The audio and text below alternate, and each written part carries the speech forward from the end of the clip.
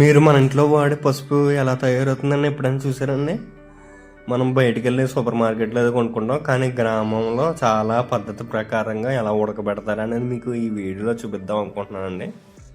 చూసేయండి, పసుపు అనేది ఎలా ఉంటుంది ఏంటో అనేది మీకు చూపిద్దాం అనుకుంటున్నాను. చూడండి.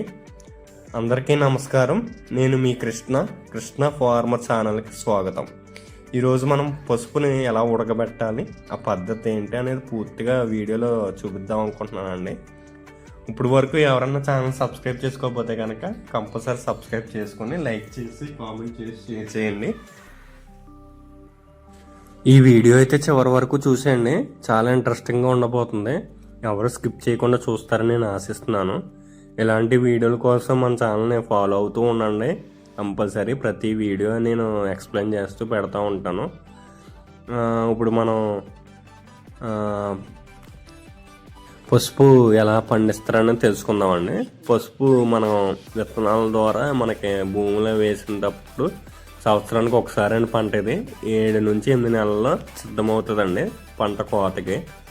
సో మనం అయితే ఎరువులు ఆర్గానిక్ అంటే పేడలు కానీ లేకపోతే ఇలా ఆర్గానిక్గా మనం పండించాలండి దీన్ని పసుపుని, లేకపోతే క్వాలిటీ అనేది బాగోదండి. ఇది 6 నుంచి 7 నెలల తర్వాత తయారైపోద్దండి పసుపు భూమిలో. ఆ భూమిలో తయారైపోయిన తర్వాత మనం తవ్వి శుభ్రం చేయాలండి. చాలా ముఖ్యంగా శుభ్రం అనేది క్లియర్గా చాలా నీట్గా చేసుకోవాలి, లేకపోతే మనకి పసుపు అనేది క్వాలిటీ అనేది చాలా తగ్గిపోద్ది. ఇప్పుడు మనకి ఏంటంటే అలా తవ్వేసి మనం శుభ్రం చేసిన తర్వాత అసలైన ప్రాసెస్ స్టార్ట్ అవుద్దండి. ఇప్పుడే ఒక పెద్ద గిన్నె ఉంటుందండి, ఇంచుమించు ఇప్పుడు మన వీడియోలో చూస్తున్నారు కదా, ఆ పెద్ద గిన్నెలో ఆ గిన్నెడు అదే కళాయి రేకు అంటారండి. ఫస్ట్ గొయ్యి తవ్వేసి ఆ గోతులో ఆ కళాయి రేకు పెట్టి దాని నిండా వాటర్ నింపుతారండి. వాటర్ ఏంటంటే ఏ వాటర్ అయినా పర్లేదు, బోర్ వాటర్ అయితే పర్లేదండి. బోర్ వాటర్ నింపుతారు. అందులో కొద్దిగా ఆవు పేడ అనేది కలుపుతారు. ఆవు పేడ కలిపినంత మాత్రాన అది ఏం ఇబ్బంది ఏం కాదండి, కొంచెం కలర్ అనేది వస్తుందని ఆవు పేడ అనేది కంపల్సరీ కలుపుతారు. కలిపిన తర్వాత ఆ నీళ్లు 45 నుంచి గంట వరకు, 45 నిమిషాల నుంచి గంట వరకు మరిగిస్తారండి. బాగా మరిగించాలి. మరిగించినప్పుడే పసుపు రంగు బాగా వస్తుంది, లేకపోతే రాదు మనం పెట్టేసి తీసేయడానికి.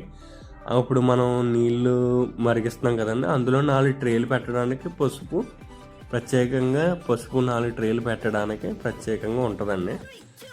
ఫస్ట్ మనం ఆ 4 ట్రేల్ని నింపేసుకొని బాగా మరిగిన తర్వాత గంట 45 నిమిషాలు ఉంచిన తర్వాత ఇప్పుడు తవ్విన పసుపుని తీసుకువెళ్ళి, అది శుభ్రం చేసిన పసుపుని తీసుకువెళ్ళి అందులో పెట్టాలి. 4 ట్రేల్లోని పెట్టి అందులో పెట్టాలి.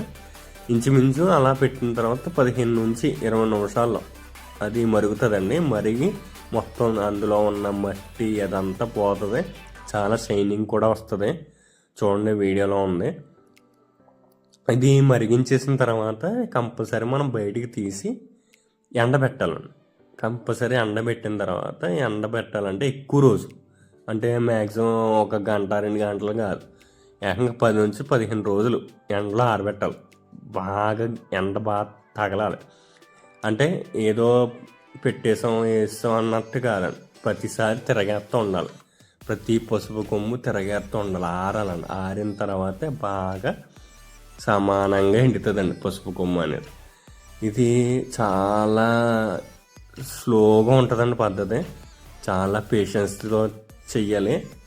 సో చాలా జాగ్రత్తగా చేసుకోవాలి, లేకపోతే పసుపు క్వాలిటీ అనేది చాలా పాడైపోద్ది. మార్కెట్లో చాలా డిమాండ్ పడిపోద్ది క్వాలిటీ తగ్గితే.